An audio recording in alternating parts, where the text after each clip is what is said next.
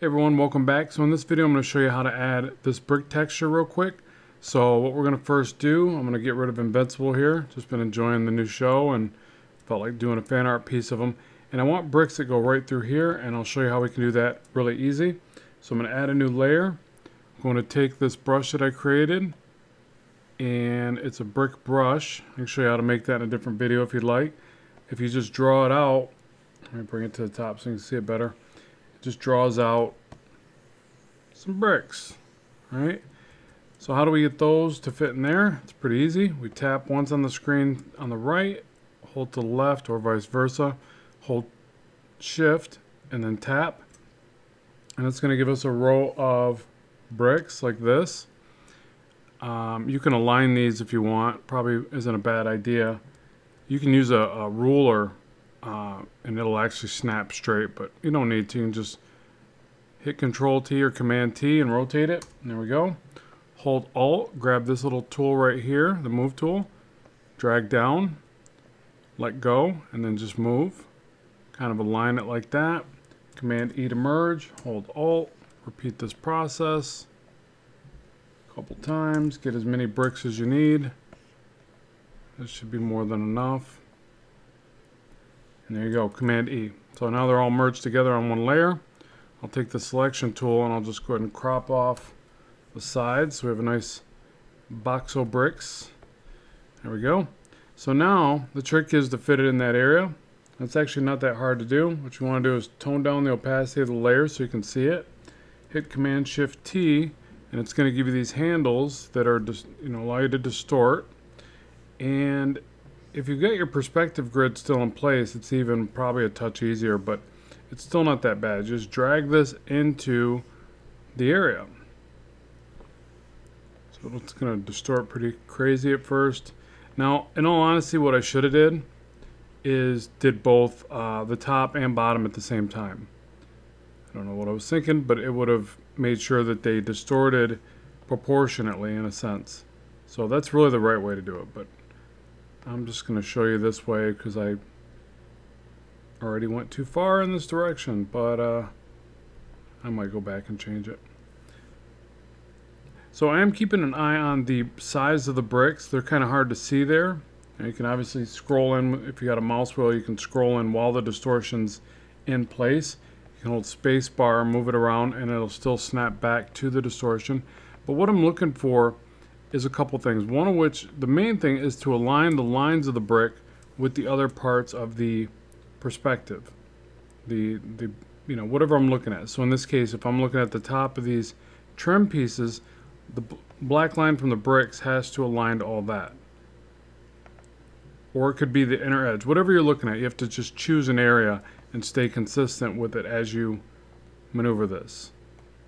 So first get those lines lined up, and then past that I want to see the lines going.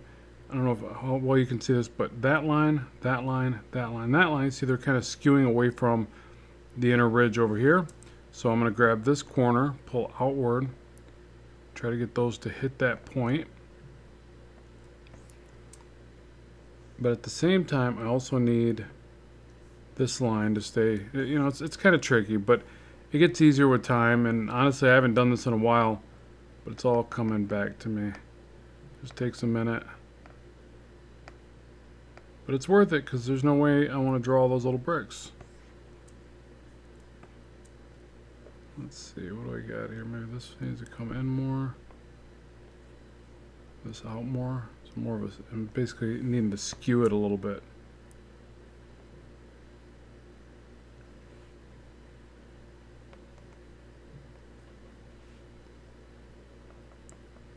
Almost there, almost there.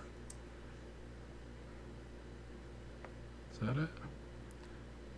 Eureka, I think that might be it. Let's check it. Okay, so I'm going to hit enter. And so now what I want to do is go back. By the way, let me toggle this off. I had already created this kind of, brick-like color as its own layer down here. So I can click on that layer, go to layer, select from layer, create selection. It's going to grab all that. Go back to the brick layer, make sure it's don't know if it matters that it's at full opacity. I think it does matter.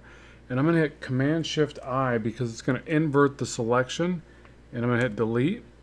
And so now you see the bricks are there, and I'll go have covered up the windows. No, it doesn't matter. I've got the windows on a separate layer. But I can drag those down all the way down till they're just above the other part. And you see it spilled over into the bottom, so I need to just click through here, hit delete, get rid of that.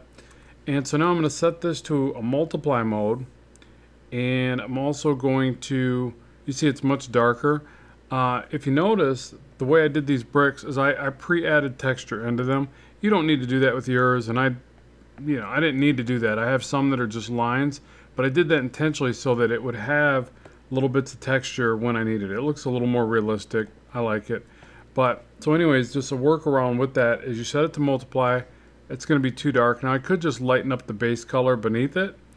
So you can see if I take that away, it lightens it up considerably. It changes it to more of a sandstone like brick, right?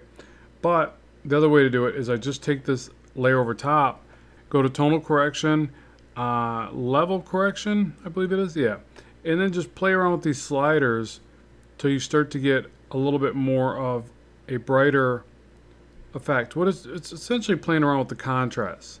So it's a good way to keep the texture, brighten it up, to the level you want it. And I say right about there. I actually would want it a little bit lighter than the one at the bottom, just because, in this scene, the scene is more heavily lit at the top. And that's really it. So just like that. And I mean, I can get in here now and I can do all sorts of effects over the top, which I will. You see when I add these like textures, I'll start to colorize over top of them. Okay, so now I can merge those together. And there's my brick textures. But then I can also lock transparency here. Remember, that was a flood fill, not line art. So I can just paint over top of it with screen mode. Maybe I want to lighten this up at the top. Give it a little bit different tone. Let's see what this looks like. Let's add it to overlay or screen mode. Probably try screen mode first. Sort of hit this top area a little bit. Oh, you know what? I don't think it's doing much because it's set to multiply. So I'll probably do this as a final effect. I'll show you, but I'm going to Command E to merge it to the base layer. Now it will react. And now I can lighten that up. And I feel like that looks a little bit more natural anyways. But I don't want to wash away that texture. And then I would go back to something darker at the base. Multiply. Just shadow it from the bottom up, the side over, things like that. I might add a little bit of like drop shadow from the trim onto this. It depends on how detailed I decide to get with this. But those are all things, yeah, I'll probably add that. Those are all things that I would do to make it look more natural.